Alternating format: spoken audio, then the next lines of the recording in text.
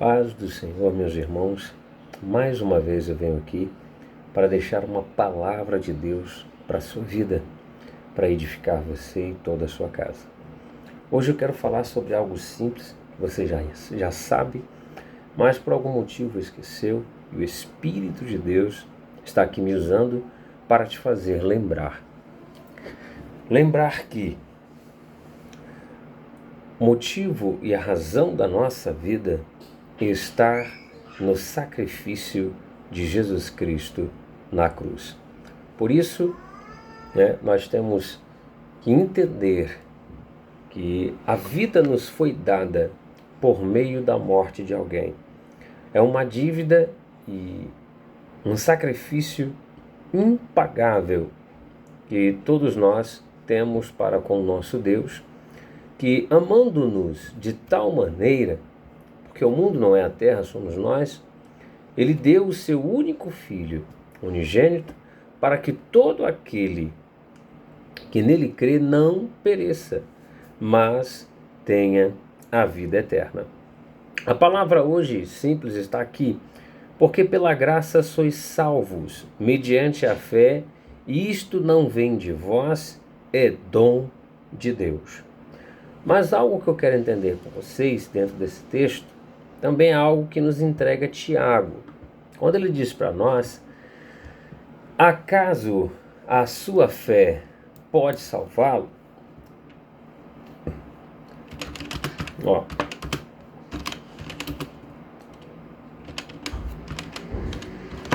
Eu esqueci o verso aqui exatamente, mas vou pegar aqui no meu computador para você. Está no nosso livro de Tiago.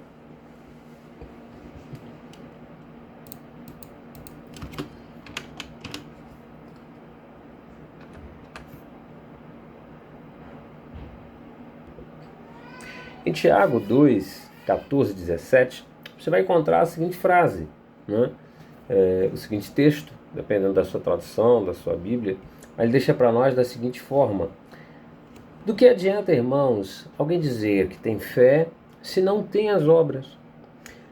Acaso a fé pode salvá-lo? Se um irmão ou uma irmã estiver necessitando de roupas ou de alimentos, de cada, ok, essa parte aqui a gente segue para frente. Mas olha só que texto que diz para nós: de que adianta, ou de que aproveita, alguém dizer que tem a fé e não tem as obras? Essa é a explicação que traz para nós aqui o sentido do texto anterior que eu trouxe para vocês a respeito de Efésios capítulo 2, versículo 8. Porque pela graça sois salvos, mediante a fé, e isto não vem de vós, é dom de Deus. Eu hoje posso dizer, eu tenho vida, você tem vida, por causa do sacrifício de Jesus Cristo. E esse sacrifício me concede a graça. A graça é um benefício, é um favor imerecido de Deus para com os homens, o direito de alcançar, por meio do arrependimento, o perdão e ter várias outras oportunidades enquanto se está vivo. Por quê? Ao homem foi dado o direito, em Hebreus, de morrer uma só vez. Após isso segue o juízo. Então o juízo de Deus ele já vai estar disposto e aberto sobre a minha vida para me julgar baseado ao que eu fiz, sobre as minhas obras, após a minha morte. Morri. Como eu morri? Como estava a minha vida, minha consciência, meus sentimentos, minha alma? Vai ser o estado de resposta para a minha salvação, baseado no que? Mediante a fé que eu tinha em Deus. E o que é esta fé? Jesus emprega para nós o seguinte, que aquele que crer nele, ou seja, aquele que tem fé, faz o que ele manda, obedece os seus mandamentos, e esse será amado de Deus e também ele o amará. Assim, o Pai estará dele, eu também estarei, e ele estará em nós. Aqui Jesus deixa claro para mim e para você que essa fé ela é empregada naquilo que eu sou e faço. Se eu disser que creio em Jesus, mas não o obedeço, eu não creio. Então essa fé, que é um dom de Deus para minha salvação, por meio da graça, que eu expliquei agora para você, que é o direito de recomeçar várias e várias vezes pelo verdadeiro arrependimento do pecado, para que você possa alcançar vida em Jesus Cristo, por meio do sacrifício que Ele fez na cruz. A dívida impagável que eu tenho, o benefício, o recurso que é entregue a mim, por meio de sua morte. Me é exigido apenas duas coisas: o verdadeiro arrependimento. Que arrependimento é esse? É aquele que confessa, ele não deixa escondido, ele não tenta sair de bom moço e enterra o que fez. É aquele que confessa e deixa. Esse é o verdadeiro arrependimento. Ninguém que diz que se arrependeu, mas esconde para não perder coisas que ele acha que tem que fazer parte da vida dele, que praticamente está sendo superior a Deus na vida dele, né? Se é um emprego, se é amigo, se é dinheiro, não sei o que seja, mas existem pessoas que escondem o pecado por causa das coisas que ele vai perder, não sabendo que está perdendo o maior de todos, a própria alma, a salvação, o benefício da graça de recomeçar, de ser perdoado, de alcançar o céu através da fé. E a fé, que é o comportamento, é como eu estou, como eu sou e o que eu faço. Estar é um estado de presença temporário. Eu agora estou falando com vocês. Daqui a pouco eu não vou falar mais, porque assim, eu vou desligar esse vídeo, eu vou postar lá no YouTube e vai ficar ali. Então, assim, quem assistir lá vai ver lá, mas eu já não vou estar mais aqui. Então, eu vou estar fazendo outra coisa na vida. Talvez você vá assistir de manhã, eu vou estar no trabalho. Se assistir de tarde, também estou trabalhando ainda. Se assistir de noite, eu já vou estar em casa. Então, é um ato de estado, é temporário, estar. Então, estou. Existem pessoas que nesse momento estão sendo ladrão, outros estão sendo cruéis, alguns estão sendo mentirosos, outros estão sendo adúlteros, outros estão mentindo e alguns estão sendo boas pessoas. Outros estão se arrependendo, outros estão amando, outros estão perdoando. Então, o ato do estado ele é muito importante, porque como eu morro, o estado que eu morrer, é como eu serei julgado, como eu disse aqui no instante. Eu morri odiando muito o irmão João. O irmão João, ele me frustrou, ele me decepcionou de uma forma gigantesca. Irmão, enterra isso, perdoa. Ele nunca me pediu perdão, como eu vou perdoar? Perdoa você aí, no seu particular, perdoe ele. Repreende esse ódio, essa mágoa, essa raiva. Eu sei que você está certo, a lei está do seu lado, a justiça, mas perdoe. Não morra dessa forma. Se apoie nessa graça, nessa fé. Então, quando Cristo ele fala para a gente ali sobre essa questão da fé, e quando Tiago ele nos diz isso, acaso sua fé pode salvá-lo? Do que adianta eu ter a fé e não ter as obras? Ele está falando justamente isso, que a fé e as obras são um grupo que tem que estar em comum acordo. Acreditar na existência de Jesus não é exatamente a fé. Acreditar na existência de Jesus é um dos pilares da fé. Mas se eu acredito que Jesus existe, eu também tenho que acreditar no que ele ensinou. Se eu acredito que ele existe, acredito no que ele ensinou, eu acredito que eu tenho que fazer o que ele pediu para ser feito e o que ele fazia. Mas se eu digo que eu creio em Jesus e existem coisas que ele ensinou ou deixou escritas para nós, e eu venho com aquela conversinha de que nem tudo que está na Bíblia eu acredito, nem tudo que está na Bíblia é verdade, então eu automaticamente também estou dizendo que os homens que foram inspirados pelo Espírito de Deus, que colocaram aquilo ali, colocaram de vontade própria, é tudo mentira. E o único relato profundo e intenso dos ensinos de Jesus está na Bíblia, Mateus, Marcos, Lucas e João. E eu não aceito as coisas que estão ali, como Mateus 19, que muita gente não aceita, e é uma coisa que eu sempre bato na tecla, talvez você esteja até enjoado de me ouvir sobre casamentos, né?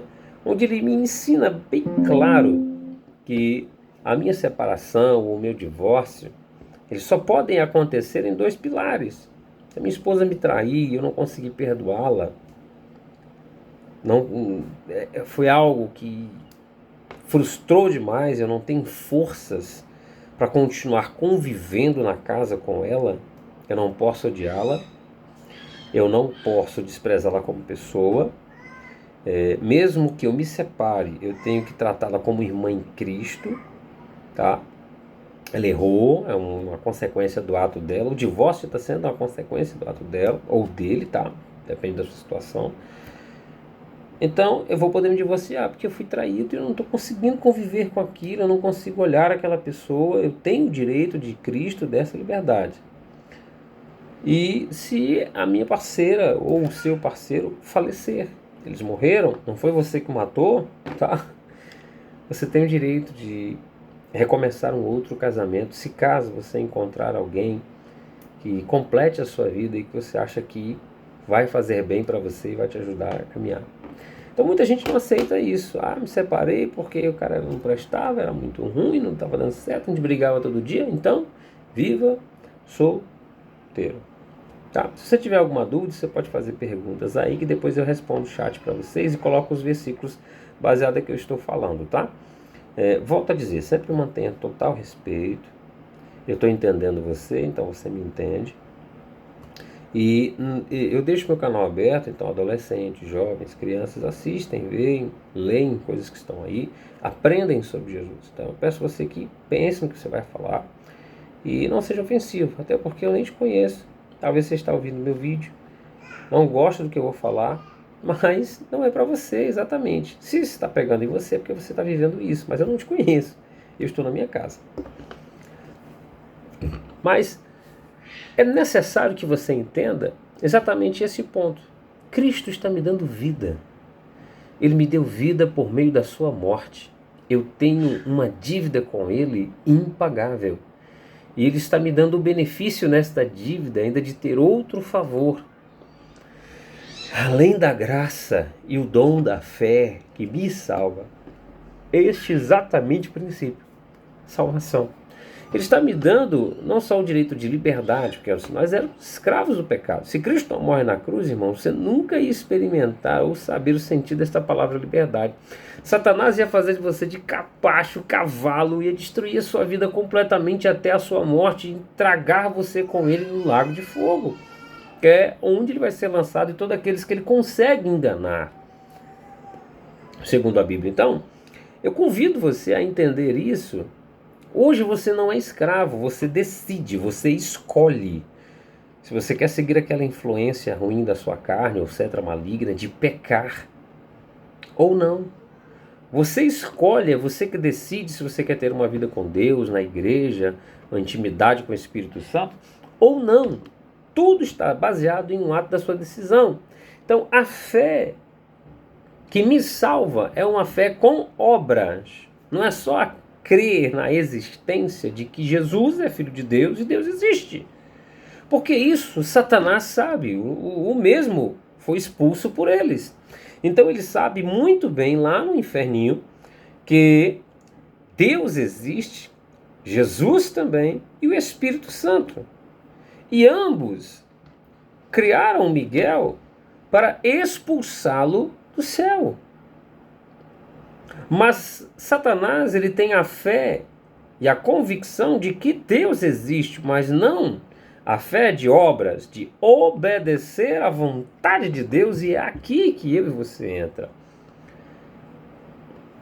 A minha salvação está provida por meio da graça, o favor imerecido de recomeçar, de viver, de ser perdoado e de ser livre para tomar as minhas decisões, se eu quero ou não ir para o céu, se eu quero ou não pecar. Graça. E ao mesmo tempo a fé, onde eu posso crer, poder, milagres, maravilhas, mas o foco desta fé é crer na sua mudança para a sua salvação, na existência de um Deus que te amou ao ponto de permitir a morte do único filho dele, Jesus Cristo, seu Salvador, meu Salvador. Mas esta fé está empregada em comportamento. Quem eu sou? O que eu faço? Minhas práticas, minhas ações. Quem é Malone? Né? É aquele que me ama, ou seja, aquele que está fazendo o que eu mando. Ninguém que diz amar a Deus, né, pratica más obras ou comete o pecado. Ninguém que diz amar a Deus vive nos deleites e prazeres do mundo, nas tribulações. Estar sentado numa igreja, numa tribuna, ou pregando em lugares, na rua, evangelizando pessoas, isso não significa que serei salvo. Porque eu posso fazer tudo isso e estar vivendo uma vida de pecado escondida. Eu não amo a Deus. Eu amo os prazeres dos quais eu estou pecando. Eu não creio que o que ele ensinou é o certo. Vou fazer o que eu quero. Então continue fazendo o que você quer, mas vai continuar nessa terra até que ela seja destruída e a sua alma seja lançada no lago de fogo, o qual também será lançado Satanás, a besta, o falso profeta, né, Lúcifer, e o inferno no lago de fogo, tá? E todos aqueles que eles enganaram. Então, meus irmãos, entenda, você tem como e pode ser salvo por meio do seu arrependimento, que eu expliquei, por meio da fé, que eu expliquei aqui rapidamente, através desse benefício incrível dele morrer na cruz e te dar vida.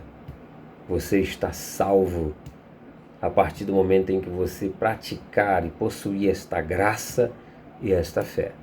Que Deus abençoe em Cristo Jesus e uma ótima noite.